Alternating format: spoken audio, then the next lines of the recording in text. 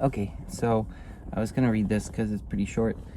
Another one, I think I've only ever read this twice, and I'm not sure what translation this is. It says NRSV, New Revised Standard Version, I think is what it is. Bought this. It's a little Bible. I like little ones.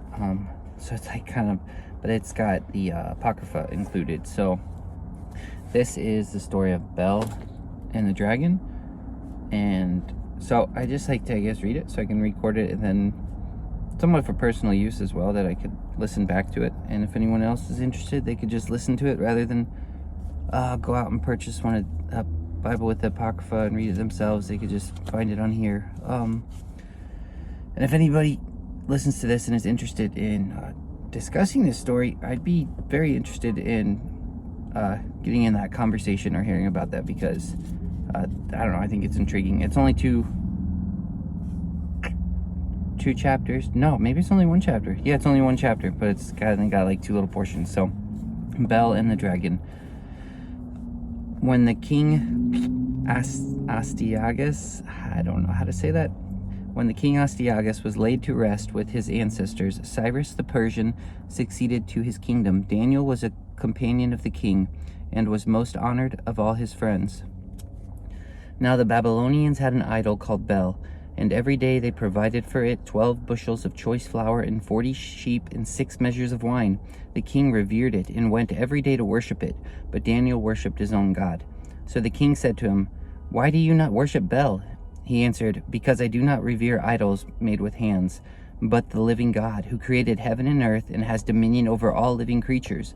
The king said to him, "Do you not think that Bel is a living God? Do you not see how much he eats and drinks every day?"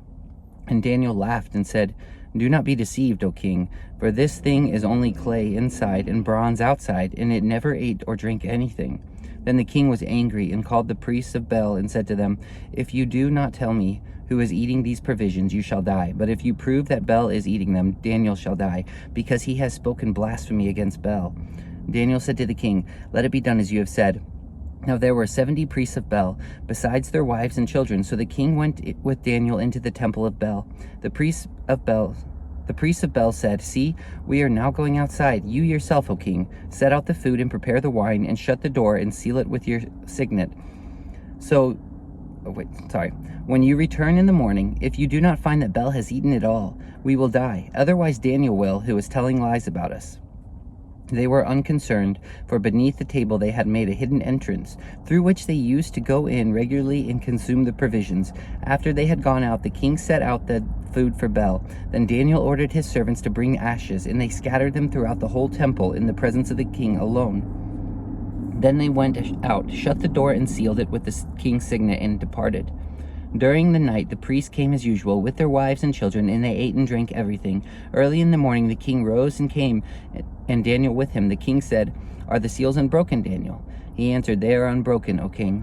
As soon as the doors were opened, the king looked at the table and shouted in a loud voice, "You are great, O Bel, and in you there is no deceit at all." But Daniel laughed and restrained the king from going in. "Look at the floor," he said, "and notice whose footprints these are." The king said, "I see the footprints of men and women and children."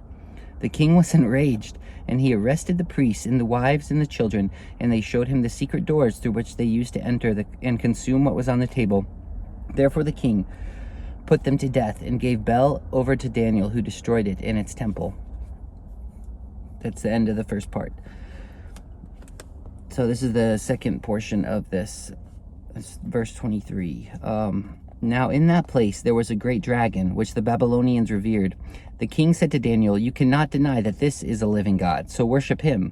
Daniel said, "I worship the Lord my God, for he is the living God. But give me permission, O king, and I will kill the dragon without sword or club." The king said, "I give you permission." Then Daniel took pitch, fat, and hair, and boiled them together and made cakes, which he fed to the dragon. The dragon ate them and burst open. Then Daniel said, "See what you have been worshiping?" When the Babylonians heard about it, they were very indignant and conspired against the king, saying, "The king has become a Jew. He has destroyed Bel and killed the dragon and slaughtered the priests." Going to the king, they said, "Hand Daniel over to us, or else we will kill you and your household." The king saw that they were pressing him hard, and under compulsion he handed Daniel over to them.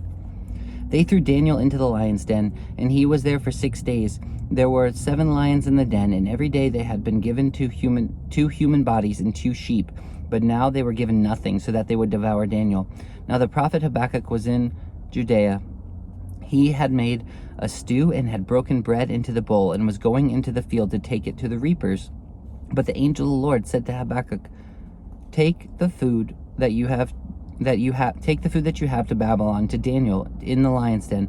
Habakkuk said, Sir, I have never seen Babylon, and I know nothing about the den. Then the angel of the Lord took him by the crown of his head and carried him by his hair. With the speed of the angel, he set him down in Babylon, right over the den. Then Habakkuk shouted, Daniel, Daniel, take the food that God has sent to you. Then Daniel said, You have remembered me, O God, and have not forsaken those who love you. So Daniel got up and ate. And the angel of God immediately returned Habakkuk to his own place. On the 7th day, the king came to mourn for Daniel. When he had come to the den, he looked in, and there sat Daniel. The king shouted with a loud voice, You are great, O Lord, O God of Daniel, and there is no other besides you. Then he pulled Daniel out, threw into the den those who attempted his destruction, and they were instantly eaten before his eyes. And that's it.